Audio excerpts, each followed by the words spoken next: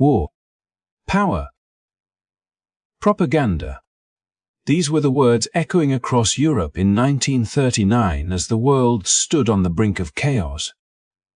Germany, under Adolf Hitler, appeared unstoppable, a nation roaring with confidence, its military parades dazzling the world with tanks, aircraft, and banners of strength. But behind this carefully crafted illusion of power lay a truth few understood. Germany was running on empty. Beneath the thunder of marching boots and fiery speeches, the German economy was collapsing under the weight of its own ambitions.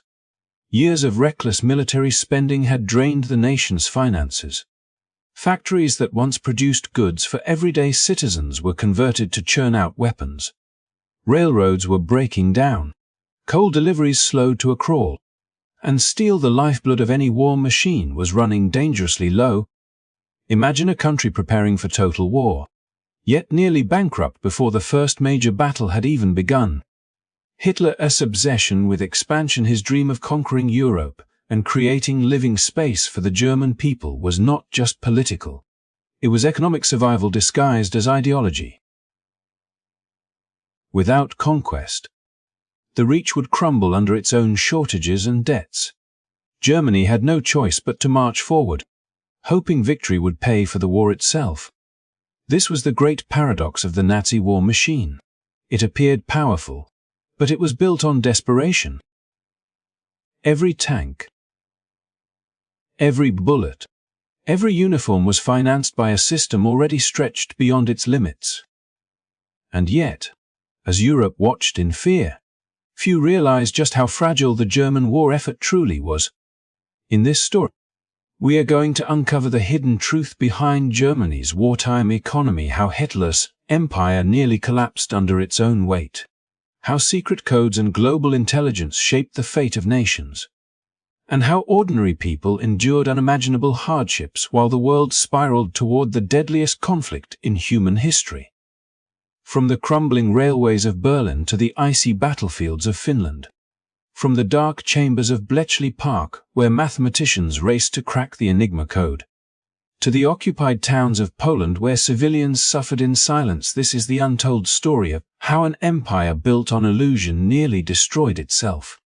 If you love uncovering the real stories behind history, not the glorified myths, but the truth that shaped our world, make sure to hit the like button, subscribe, and turn on the notification bell. Your support helps us bring more powerful stories like this to life, reminding the world that history is not just about wars and leaders, but about people, their struggles, their choices, and the lessons we must never forget. As Germany's propaganda machine thundered on, projecting images of unstoppable strength, the truth within its military circles painted a far more desperate picture.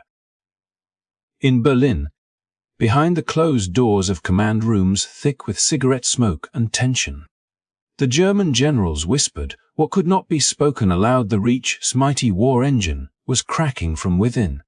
Shortages haunted every division, from the armored corps to the Navy's proudest ships.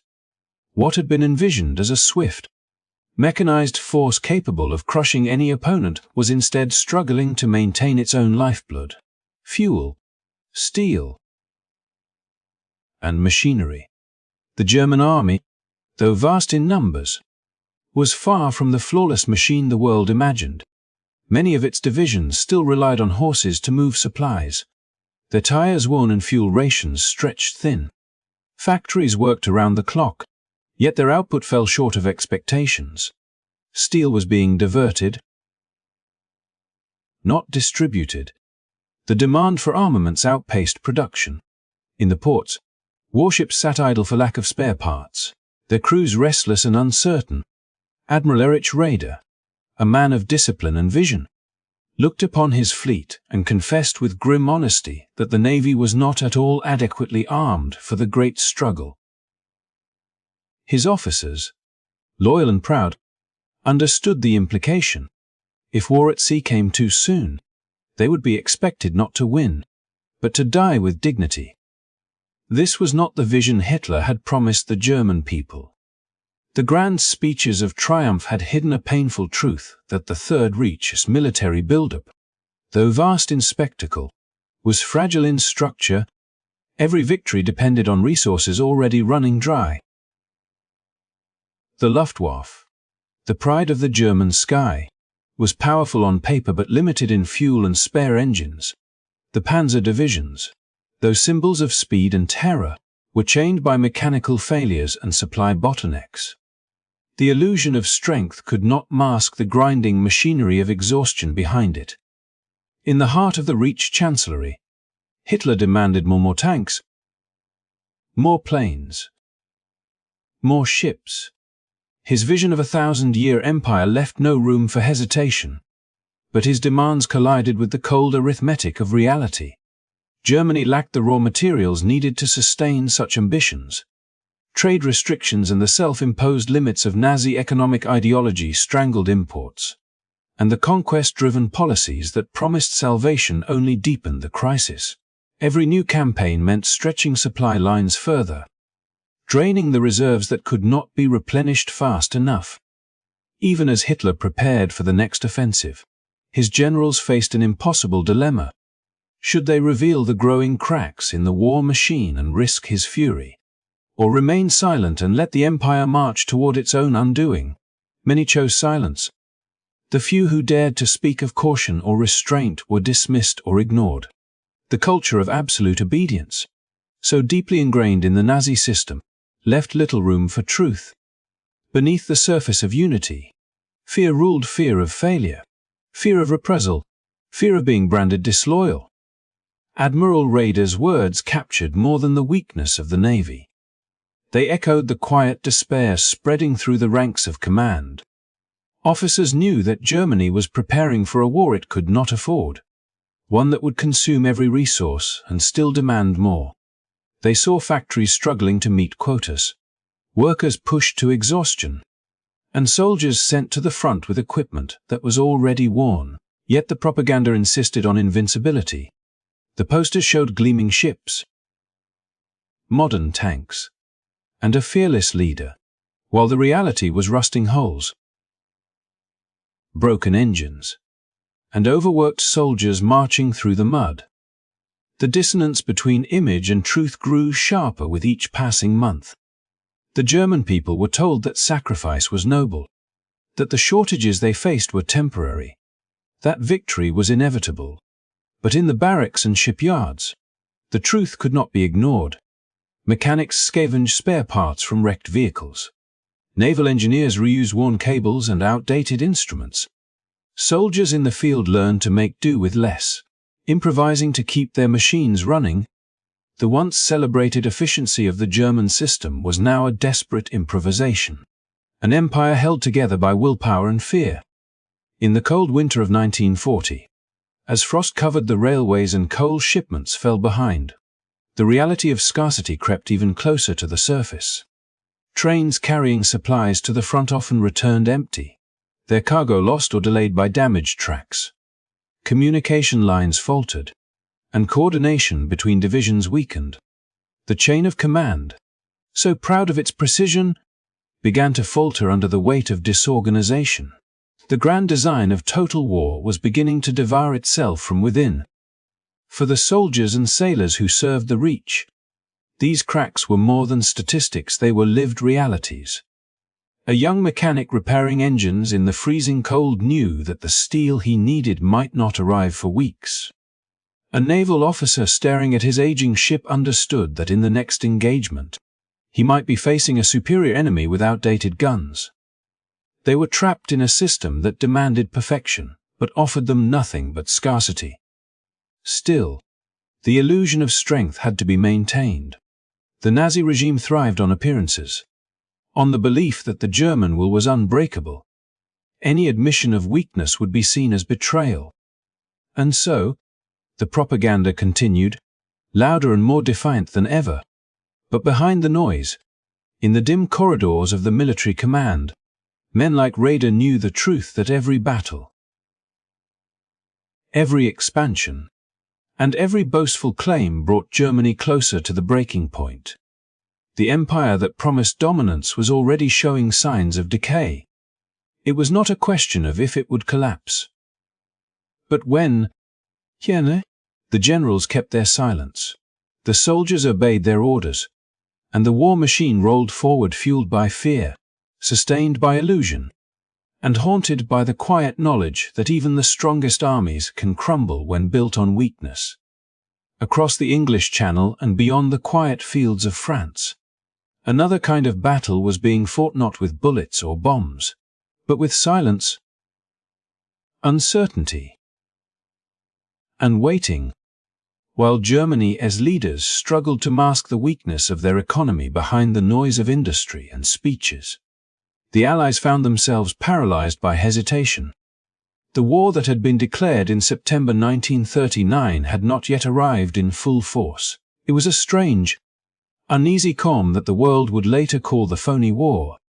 But for those living through it, there was nothing false about the tension that hung in the air. In the French countryside, winter had settled heavily over the trenches and camps stretching along the Maginot Line. Soldiers who had once marched with pride now lingered in boredom, their uniforms dusted with frost, their spirits dulled by monotony. They were told that the German army might strike at any moment, yet days passed into weeks with no movement, no sound of engines, only the hollow wind sweeping over empty fields.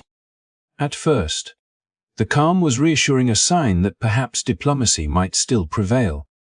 But as the weeks dragged on, it began to corrode morale. The French army, once hailed as the strongest in Europe, was beginning to show the cracks of complacency. Its soldiers were disciplined in tradition, but unprepared for the modern war that was unfolding across Europe. The generals clung to doctrines born from the victory of the First World War, still believing that defense and endurance were enough to win the next one. Behind the thick walls of the Maginot Line, they trusted in steel and concrete more than in innovation or speed. But war was changing, and they could not see it. In the mess halls and barracks, soldiers filled their time with card games, songs, and stories, yet a kind of weariness settled over them. Days of waiting turned into months of routine. The younger men joked that they were farmers again, tending to mud instead of crops. Letters from home spoke of shortages and fear. But in the camps, life had frozen in time. One French soldier wrote in his diary, "We lie stretched out on straw, yawning, doing nothing. We no longer shave, we no longer wash, and the boredom is worse than hunger." It was not the enemy that defeated their spirit, it was the stillness. The High Command tried to stir enthusiasm with concerts and visits from entertainers. Famous performers like Josephine Baker brought moments of laughter and warmth, a flicker of color against the grey monotony. Yet once the music faded, the silence returned. There were few drills, little training, and almost no sense of urgency. Officers spoke quietly among themselves, uneasy about the complacency that was taking root, but they too were trapped within the same inertia. They watched the horizon, waiting for an enemy who did not come. Across the border, German propaganda exploited every weakness. Leaflets dropped from the sky whispered that the British would let the French fight and die alone, that their sacrifices would mean nothing. The words spread through the camps, sowing doubt where unity once stood. The men began to question why they were there, what they were waiting for, and whether their leaders even had a plan. In truth, many of the officers shared their confusion. Plans existed, but they were defensive, cautious, and deeply rooted in the belief that time was on their side. While German industry strained under shortages, it at least moved with direction. In contrast, the Allied war effort drifted, caught between fear of aggression and the illusion of safety. Factories in Britain and France produced weapons, but the pace was slow. The soldiers who manned the lines did not feel the urgency of a nation at war. They lived in the shadow of their father's triumph in 1918, believing that the same strategies would protect them again. But the next war would not be fought in trenches. It would be fought with speed, communication, and machines that moved faster than human instinct. Some among the French ranks understood this shift. One of them was a young officer named Charles de Gaulle, who watched with growing frustration as his superiors dismissed the importance of mechanized warfare. He saw that tanks were the future, that mobility would determine victory. Yet his warnings went unheeded. In January 1940, he submitted a memo urging his commanders to rethink their entire approach. He argued that the French army was large but slow, its armor outdated, and its air power too weak to match the growing might of Germany. His words were polite but urgent, filled with the foresight that few were willing to accept. De Gaulle's memo would later be remembered as prophetic, but at that moment, it was just another report buried under layers of bureaucracy. The machinery of the French military, bound by hierarchy and tradition, could not move swiftly enough to change course, and so the soldiers continued to wait, their boredom deepening into indifference, their vigilance fading day by day. By the time the thaw of spring began to melt the snow along the Maginot Line, the French army had lost something essential, not weapons or numbers, but spirit. When the storm finally came, it would come fast and brutal, and the months of inaction would cost them dearly. For now, however, the illusion of safety persisted. The generals believed their walls were strong enough, the politicians hoped for peace, and the soldiers lay in their bunks, unaware that history was quietly turning against them. In that long winter of stillness, the contrast between the two sides of Europe was striking. Germany, weakened yet restless, moved with ruthless intent, while the Allies, strong yet hesitant, stood still. It was a silence before the storm, a fragile calm that disguised the gathering momentum of war. When it finally broke, the world would remember how hesitation and complacency can be just as dangerous as aggression, and how the cost of waiting too long can be greater than the cost of any battle. By the winter of 1940, Europe was trapped beneath a shroud of uncertainty. The world had already witnessed the ferocity of Germany's blitzkrieg tactics, fast, coordinated, and terrifyingly effective. Yet beneath the chaos of the battlefield, another war was quietly unfolding, one fought not with guns and tanks, but with pencils, logic, and relentless determination. In a secluded English mansion surrounded by misty fields and guarded fences, a small group of mathematicians, linguists, and engineers gathered to confront a machine that seemed invincible, the German Enigma. Bletchley Park, at first glance, looked nothing like a battlefield. The house was elegant but worn, with creaking floors and drafty rooms that smelled faintly of ink, cigarettes, and damp paper. Inside, the air hummed with tension.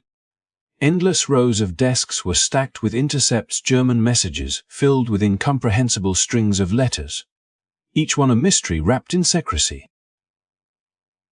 Every morning, operators from radio outposts across Britain delivered fresh bundles of coded transmissions. They came faster than anyone could analyze them, each one representing another piece of the puzzle that, if solved, might turn the tide of the war. Among the team were two men whose names would later become legend. Alan Turing, a quiet, awkward mathematician from Cambridge whose mind worked like an intricate machine, and Dilly Knox, a veteran cryptanalyst from World War I, known for his intuition and stubborn persistence. Together, they faced what many believed to be an impossible task. Enigma, not merely a cipher, it was a living organism of complexity. Each day, its rotors and plugboard settings changed, creating over 100 trillion possible combinations. To crack it required not just intelligence, but imagination, a willingness to think beyond the boundaries of logic itself. Turing often worked late into the night, surrounded by sheets of paper filled with symbols and diagrams that only he seemed to understand. He believed the key was not brute force, but automation, a machine capable of thinking through possibilities faster than any human could. While his colleagues tried to detect patterns by hand, Turing began sketching designs for a mechanical brain he called the bomb. It would simulate the logic of Enigma itself, sifting through potential settings until only one configuration remained. It was a radical idea, but in the cold uncertainty of early 1940, radical thinking was all Britain had left. The British government was desperate. German submarines haunted the Atlantic, cutting off vital supply lines, merchant ships carrying food, weapons, and oil were disappearing beneath the waves. Every message sent by the German Navy could mean life or death for hundreds of sailors. Yet, for now, the Enigma machine remained unbroken, and the ocean became a graveyard of silence. But even when the intercepted messages yielded no immediate victories, the team at Bletchley Park refused to give up. They understood that code breaking was not about instant results. It was a long game, a war of patience, intellect, and faith in the unseen. In January 1940, something changed. After months of failure and exhaustion, Knox and Turing made a crucial breakthrough. By combining fragments of previous decrypts with insights gained from captured German codebooks, they managed to reconstruct parts of the Dilly key. For the first time, they glimpsed the inner logic of the machine's changing rhythms. Though the messages they decoded were outdated and strategically limited, the significance was monumental. It proved that Enigma could be beaten. What had once seemed like an unbreakable fortress of secrecy now showed cracks in its foundation. The breakthrough brought a quiet sense of triumph. Not celebration, there was no champagne, no cheering, but the quiet satisfaction of progress. The kind that only comes from perseverance against impossible odds. Yet even in success, the analysts knew they had barely begun. Each day the Germans adjusted their machines, adding new complexities, changing procedures, tightening discipline. The war of minds was escalating, and the window of opportunity could close at any moment. Outside the mansion's walls, Europe froze under the bite of winter. In France, soldiers waited idly behind the Maginot Line, their morale decaying in the endless monotony of inaction. In Berlin, Hitler continued to gamble with the economy and resources he did not truly possess. And in the skies over the North Sea, German reconnaissance planes patrolled with growing confidence, unaware that their coded transmissions were being quietly collected and dissected by unseen hands. Bletchley Park remained a secret world of whispers and sleepless nights. The people who worked there were bound by silence, forbidden to share their progress even with family. Some fell ill from stress, others burned out entirely. But the mission endured, driven by a sense of purpose that transcended fatigue. What they were doing was invisible, yet it carried the potential to save thousands of lives. When Alan Turing finally presented his concept for the bomb machine to British military leaders, it was met with skepticism. The idea of a machine that could think seemed absurd. But those who had watched him work, the quiet persistence, the flashes of genius, the unwavering belief in logic over despair, knew that he was right. The Enigma would not fall easily, but it would fall. And so, amid the flickering lights of Bletchley Park, the first sparks of victory began to glow, not on the battlefield, but in the mind of a mathematician who refused to surrender to the impossible. The code-breaking efforts of early 1940 did not change the course of the war overnight, but they laid the foundation for a revolution in intelligence, technology, and human ingenuity that would ultimately help defeat one of the most secretive and dangerous powers the world had ever known. By the beginning of 1940, as Britain's cryptanalysts quietly waged their hidden war against the Enigma code, another brutal struggle unfolded far to the north, in the frozen wilderness between the Soviet Union and Finland. The Winter War had already dragged on for months.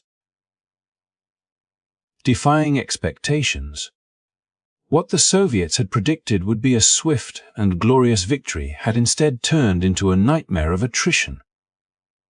Their armies, vast and heavily equipped, were being humiliated by a much smaller, determined Finnish force that used the snow itself as a weapon. The world watched in disbelief as outnumbered ski troops, clad in white camouflage, moved like ghosts through the forests, cutting off Soviet convoys, seizing supplies, and vanishing back into the blizzards. But in Moscow, humiliation was intolerable. Stalin, furious over the Red Army's failures, demanded a decisive end to the war. The setbacks had exposed deep cracks within his military structure. Officers too afraid to act without orders, generals too cautious after years of purges, soldiers sent to battle without proper clothing or training. The Red Army had suffered staggering losses. Yet the Soviet Union's strength lay not only in its vast resources, but in its ability to learn, adapt, and strike again with overwhelming force. By February 1940, the tone in the Kremlin had changed. Caution gave way to calculation. Soviet command began assembling an enormous new offensive aimed at one critical point: the Viipuri sector, Finland's last major line of defense before the capital, Helsinki. The plan was ruthless and precise, an avalanche of steel and fire designed to crush Finnish resistance once and for all. But the icy silence along the front gave way to rumbling. The Soviets brought in more than 1,000 artillery pieces, hundreds of tanks, and entire divisions of infantry. Engineers built temporary roads over frozen lakes to move equipment. Supply trains arrived around the clock, carrying shells, ammunition, and fuel. The logistics alone were staggering, an entire military orchestra being tuned for one final, deafening performance. The Finns could hear the build-up. They saw the sky light up at night as Soviet guns were positioned and test-fired. But there was little they could do. Their own ranks were thinning, their ammunition low, and reinforcements were scarce. Still, they refused to retreat. On a grey morning in early March, the horizon erupted. The ground trembled as the first Soviet shells screamed across the lines, bursting in flashes that shattered the frozen air. Within hours, the bombardment reached a scale unseen in the conflict. Artillery units fired relentlessly, unleashing over 300,000 shells in a single day, an iron storm that flattened bunkers, uprooted trenches, and turned the snow into a muddy, cratered wasteland. The bombardment was not random.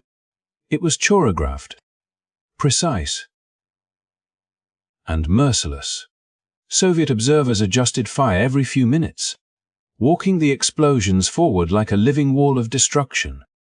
Inside the Finnish defenses, chaos reigned. Men huddled in what little cover remained, praying for the shelling to stop. Communications were shattered, and entire platoons were buried alive beneath collapsing snowbanks. Yet, amid the terror, pockets of defiance held on. Machine gunners fired blindly through the smoke. Snipers shifted to new positions, and medics worked in frozen trenches, their hands trembling from cold and exhaustion. The Finnish soldiers had always known they could not win through numbers. Their only advantage was resilience, their ability to endure what others could not. As evening fell, the bombardment finally began to ease, replaced by the grinding roar of engines.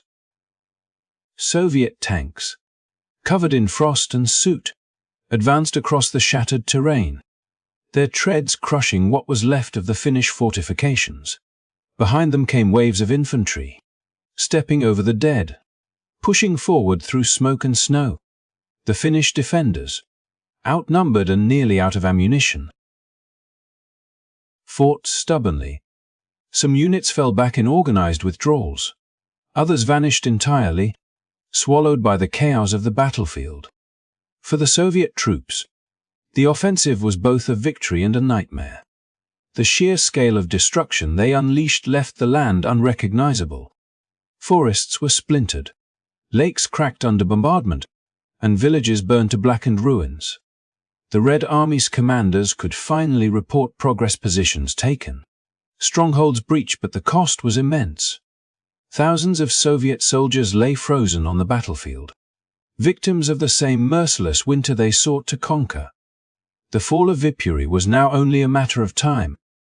The Finnish government, faced with the collapse of its final defensive line, had to confront a grim truth. No matter how bravely its soldiers fought, they could not withstand the Soviet onslaught indefinitely. Negotiations began in secret as shells still fell along the front. Every passing hour brought new casualties, new ruins, new reminders of a war fought in impossible conditions. When the guns finally fell silent later that month, the world's attention shifted. Finland had survived as a nation, but only just. It was forced to cede territory to the Soviet Union, hard-won land soaked in blood and courage. For Stalin, it was a strategic victory, but a costly one that revealed the vulnerability of his army to the rest of the world. For Finland, it was a tragedy and a point of pride, a testament to endurance against overwhelming odds. And yet, even as smoke still lingered over Viipuri, Europe was already moving toward an even greater catastrophe. The lessons of the Winter War would not be forgotten. In Berlin, Hitler took note of the Soviet army's early failures and its eventual grinding success. He drew dangerous conclusions about both its weaknesses and its potential. The stage was quietly being set for a far larger conflict, one that would stretch from the Arctic Circle to the deserts of Africa, consuming millions more lives before peace would return. As Europe trembled under the weight of war, Germany's true nature began to emerge, not as the efficient, disciplined empire it pretended to be, but as a brutal machine built on cruelty, greed, and fear. In occupied Poland, the illusion of order dissolved into horror. What had begun as military conquest quickly transformed into systematic oppression. Cities once filled with laughter and commerce became cages of suffering, governed by decrees that stripped people of dignity, freedom, and, for millions, life itself. Under Reinhard Heydrich's direction, Nazi rule expanded beyond military dominance into a calculated campaign of racial control. Poles were reduced to laborers for the rich, their strength exploited to feed a war they never chose. Whole families were torn apart as men and women were forced into slave labor, building roads, working in factories, or toiling in fields under the threat of the whip and the gun. Their wages were stolen, their movements restricted, and their existence reduced to numbers on a ledger. At the same time, the Jewish population of Poland faced an even darker fate. Anti-Jewish measures that had begun with humiliation and segregation now escalated into mass deportations and organized murder. Ghettos were established in Warsaw, Hida, Krakow, and dozens of other cities, sealing hundreds of thousands of people behind walls and barbed wire. Starvation, disease, and despair spread faster than any weapon. Guards patrolled the perimeters with rifles ready, while inside, families clung to fragments of normal life, school lessons held in secret, prayers whispered in the dark, and the faint hope that the nightmare might somehow end. But the Nazi regime had already crossed a line from tyranny into madness. Executions became routine. Priests, teachers, resistance members, and anyone who dared to speak out were lined up against walls and shot without trial. Public hangings were used as warnings. Their cruelty meant to crush the spirit of a nation that refused to surrender. The countryside echoed with the sound of gunfire, and villages vanished overnight, burned to ash as punishment for harboring fugitives or rebels. Even some German soldiers, hardened by battle, began to see the rot spreading through the regime. What had been sold to them as a war for national survival now revealed itself as a campaign of annihilation. Behind the front lines, units of the SS and Gestapo acted with terrifying freedom, answerable to no law but headless will. Each new atrocity deepened the moral decay of a system that no longer sought victory for its people, but domination through destruction. The world was slow to understand the scale of what was happening. From the outside, Germany still projected an image of order, trains running on time, factories humming with efficiency, speeches proclaiming unity and destiny. Yet the cost of that illusion was written in blood. Every new conquest, every new policy, every new solution revealed a nation collapsing from within, poisoned by its own ideology.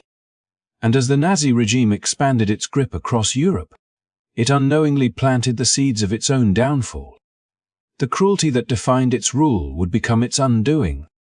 The occupied nations would rise in resistance.